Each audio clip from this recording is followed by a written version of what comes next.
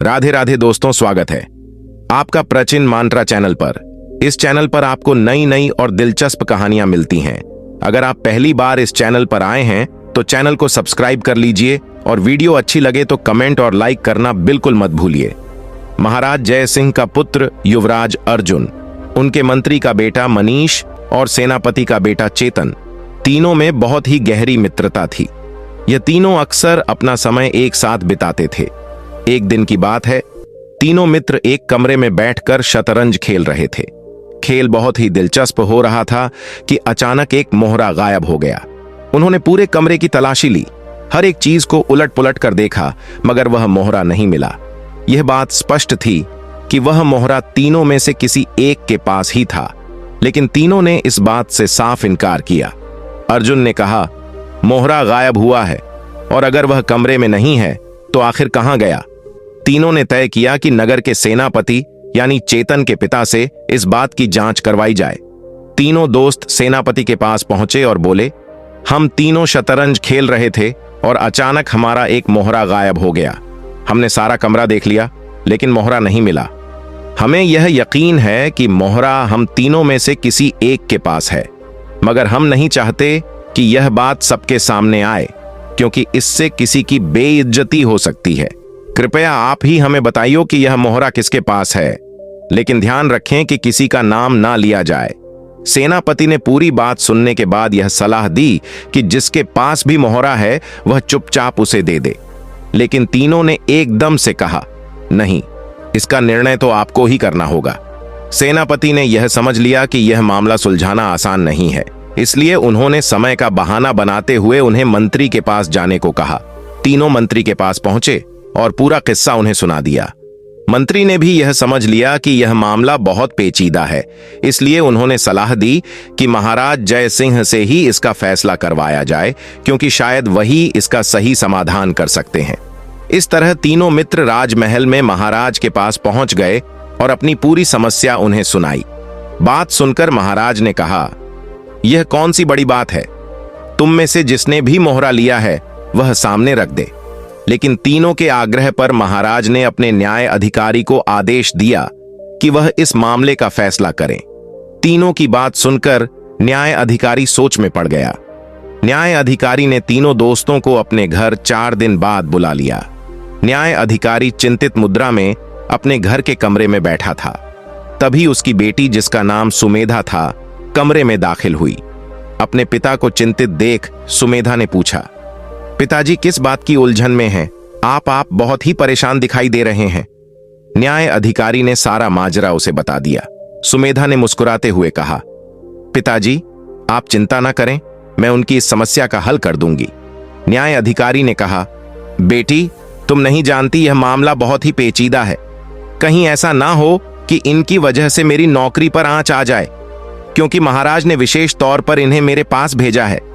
सुमेधा ने दृढ़ता से कहा, पिताजी आप बिल्कुल भी फिक्र ना करें, मैं उनका फैसला भी करूंगी और उन्हें अच्छा सबक भी सिखा दूंगी। न्याय अधिकारी ने चिंतित होकर कहा, बेटी ऐसा बिल्कुल मत करना, वे तीनों कोई साधारण युवक नहीं हैं। सारा राज दरबार उनके आगे सिर झुकाता है। बेहतर यही होगा कि तुम इस मामले में दखल ना दो। सुमेधा ने उत्तर दिया, आप निश्चिंत रहें पिताजी, मैं बहुत सोच समझकर फैसला सुनाऊंगा। और कहा, तुम्हारे सवाल का जवाब मेरा बेटा देगा। इसके बाद एक नौजवान कमरे में आया। असल में वह नौजवान सुमेधा थी, जो एक पुरुष का वेश बनाकर वहां पहुंची थी। उसके आते ही तीनों दोस्त उसे टकटकी लगाकर देखने लगे। चेतन ने कहा, यह लड़के के रूप में एक बहुत ही खूबसूरत और समझदार लड़की है। मनीष ने भी सहमति में सिर हिलाया। सच में यह लड़की बड़ी ही बुद्धिमान लगती है। उनकी बातें सुनकर सुमेधा मुस्कुराई और कहा, आप तीनों ठीक कह रहे हैं, मैं सुमेधा हूं, आप ठहरे, मैं अपने असली रूप में आती हूं। यह कहकर वह दूसरे कमरे में गई और पुरुष का वेश उतारकर अपने असली रूप में उनके सामने आ गई। उसके घने काले लंबे बालों और अद्वितीय सौंदर्य को देखकर वे तीनों दोस्त स्तब्ध रह गए। सुमेधा अप्सरा के समान सुंदर दिख रही थी और उसे देखकर तीनों मित्र एक पल के लिए अपनी सुध बुद्ध खो बैठे। सुमेधा ने कहा, आप लोगों ने मुझे पहचान लिया, इससे पता चलता है कि आप तीनों बड़े ही समझदार हैं। मैं आपकी समस्या का हल करने का प्रयास करूंगी। बताइए उलझन क्या है? युवराज अर्जुन ने अपने होश संभालते हुए कहा। सुनिए सुंदरी राजकुमारी, हम तीनों दोस्त कमरे में शतरंज खेल रहे थे और हमारा एक मोहरा अचानक गायब हो गया। हमें लगता है कि वह मोहरा हम तीनों में से किसी एक के पास है, लेकिन कोई भी यह स्वीकार करने को तैयार नहीं है। सुमेधा ने गंभीरता से जवाब दिया, अगर वह मोहरा आप में से किसी के पास है तो उसे वापस कर देना चाहिए। इसमें रुकावट क्या है? युवराज ने उत्तर दिया, हम में से कोई नहीं बता रहा है, इसी कारण हम आपके पास आए हैं। इसका फैसला करना बहुत जरूरी है।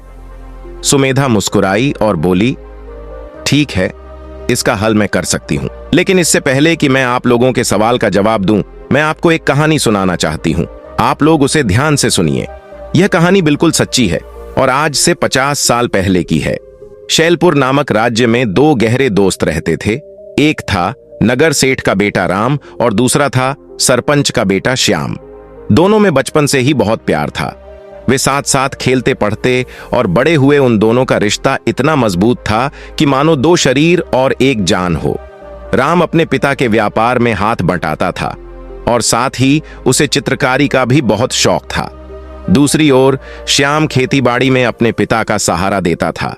उसी दौरान कार्तिक के महीने में गंगा के किनारे एक बहुत बड़ा मेला लगता था, जिसमें दूर दूर के लोग, व्यापारी, साधु, सन्यासी और तमाशा दिखाने वाले शामिल होते थे। लोग गंगा स्नान, साधुओं के दर्शन और विभिन्न खेल तमाश का आनंद लेने आते थे। मेले में तरह तरह के कर्तव्य दिखाने वाले अपनी प्रतिभा का प्रदर्शन करते थे। रात होते ही पूरा क्षेत्र दियों की रोशनी से जगमगाता और तमाशे का माहौल लोगों का मन मोह लेता। राम और श्याम हर साल इस मेले का बेसब्र से इंतजार करते थे और इस बार भी वे अपने इस उत्सव में शामिल होने के लिए बहुत उत्साहित थे। राम का पिता भी हर साल इस मेले में अपनी दुकान सजाता था और अपना माल बेचता था। राम और श्याम भी हर साल इस मेले का भरपूर आनंद उठाते। इस साल राम के पिता बीमार पड़ गए और उन्होंने अपने बेटे को दुकान संभालने का आदेश दिया। इस तरह राम अपनी दुकान पर व्यस्त हो गया और श्याम अकेला ही मेला देखने लगा। श्याम मेले का हर कोना छानता और बार बार राम की दुकान पर लौट आता। एक शाम की बात है, जब श्याम मेला घूमकर वापस आया तो वह बेहद परेशान और चिंतित नजर आ रहा था। राम ने उससे पूछा, क्या बात है दोस्त, तुम इतने उदास क्यों हो?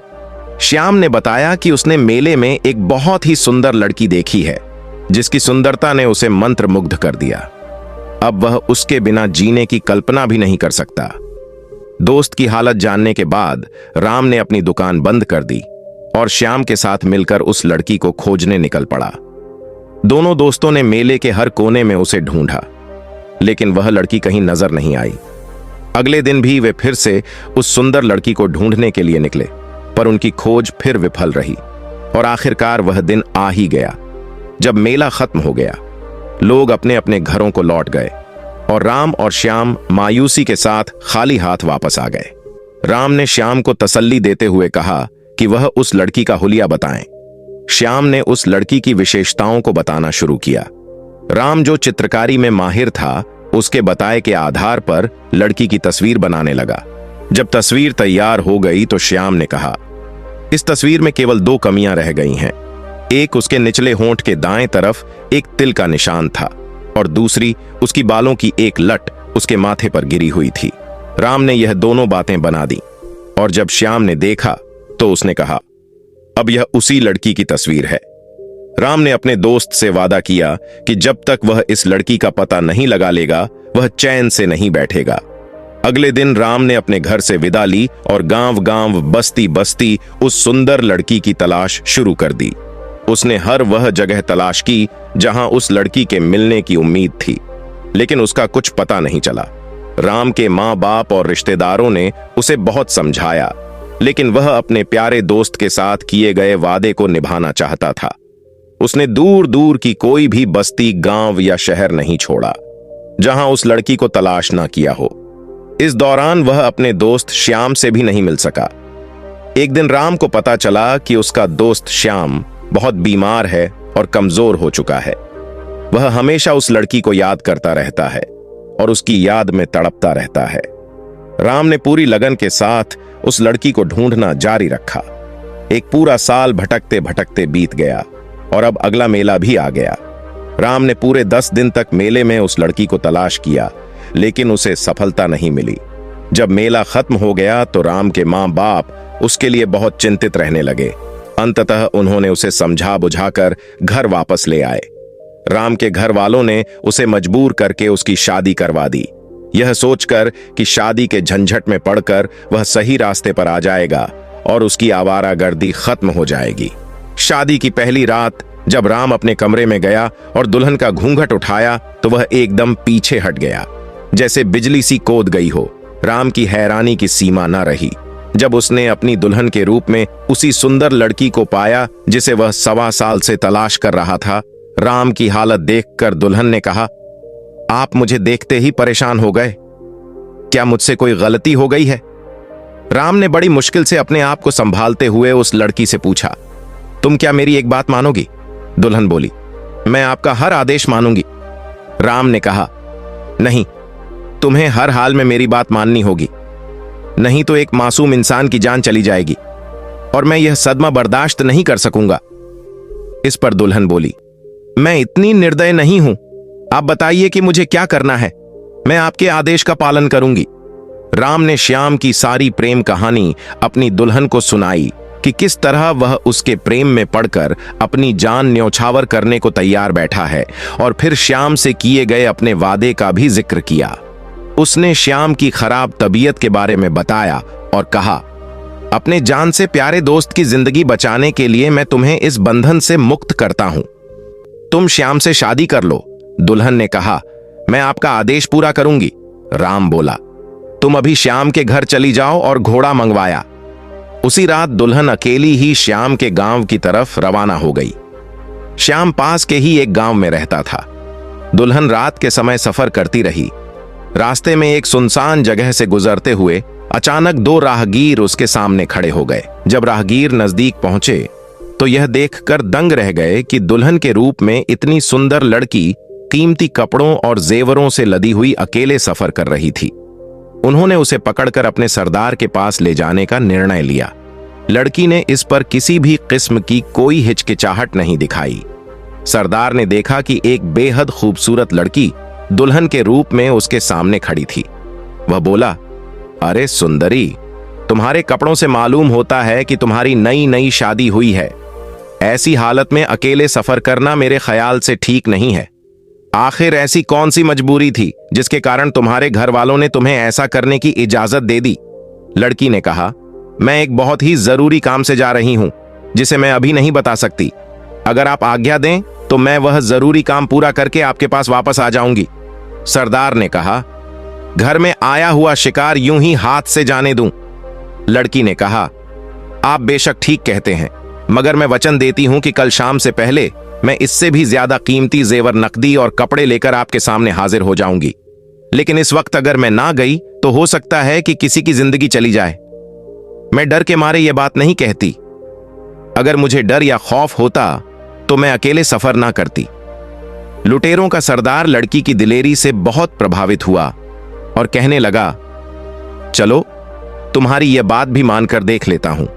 अपने आदमियों से कहता हूं कि तुम्हें तुम्हारी मंजिल तक छोड़ आए।